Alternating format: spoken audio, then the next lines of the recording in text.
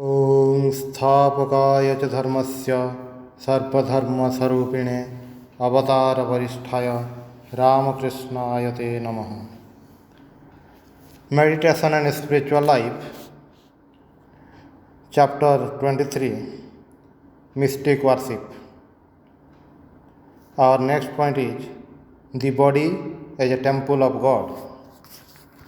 This body of ours is a temple of the divine, says one of the minor Upanishads.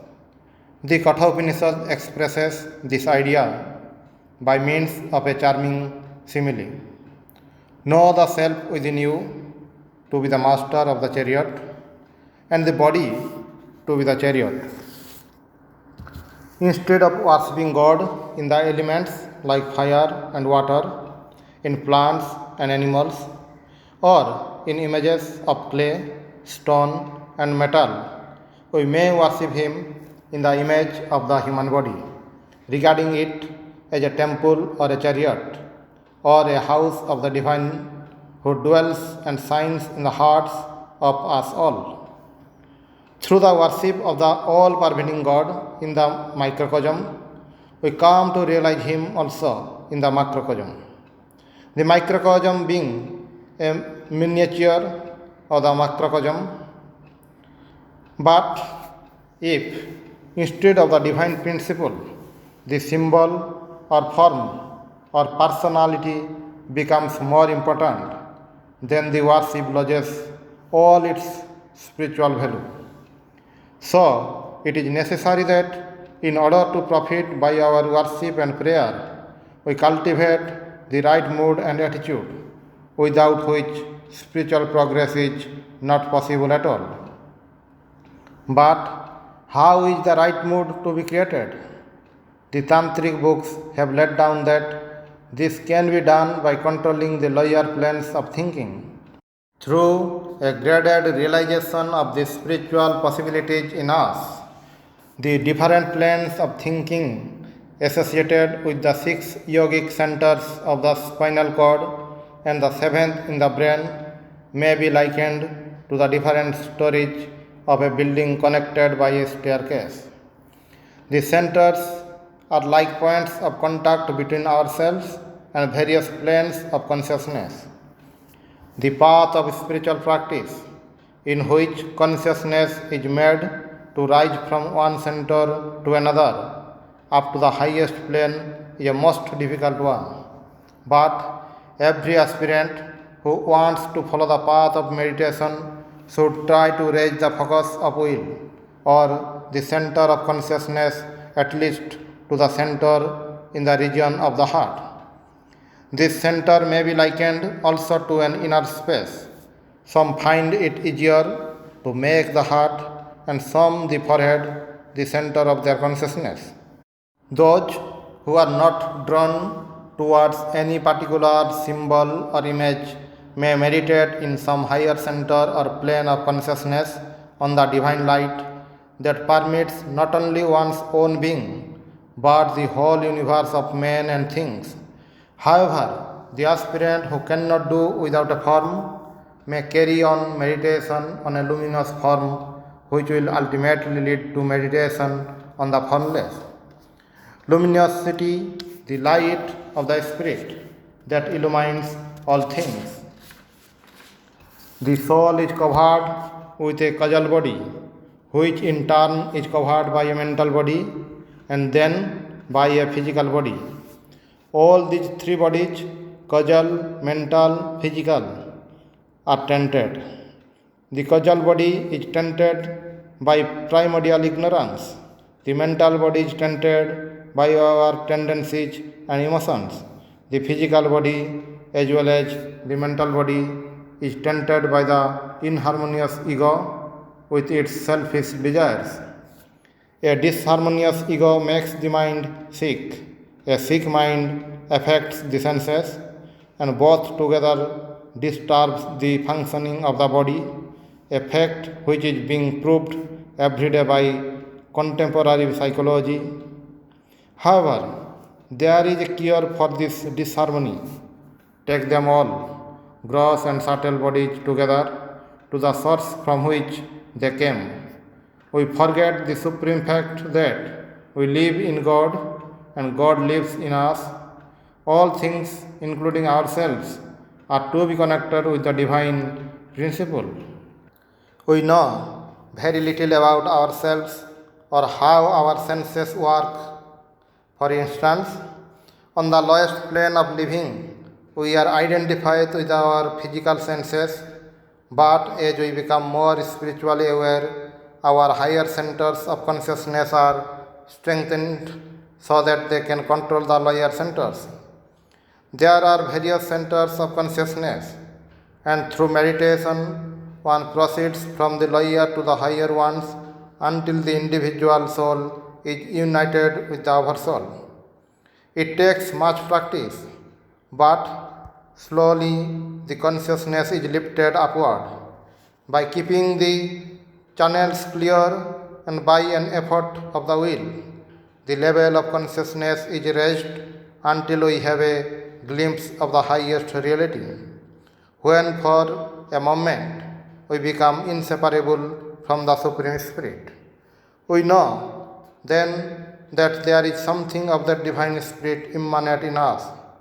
If we can feel the constant presence of that spirit, both within and without us, we shall become charged with a new energy. There will be changes in the quality of our living and our service. Our attitude both toward others and toward ourselves will be different. Very few of us can attain to this superconscious state in this manner by sheer exercise of the will, and thus get rid of the ego or go beyond the senses. But the realization of immanence we can attain through japa and meditation. Our next point is japa, the best form of mystic worship.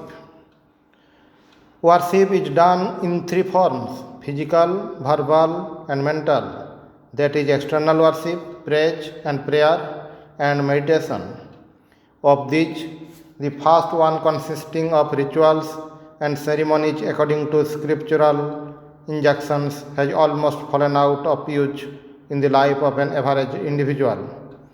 And this is mainly due to the stress of social life, absence of leisure, and other inconveniences in modern life. Noticing the tendency of this age, the authors of Puranas have laid great emphasis on verbal and mental worship, and of these again, particularly on verbal worship. Verbal worship may mean reciting only one name or many names and attributes of the divine. The former is called japa and the latter stotra or kirtana, but generally the two are bracketed together.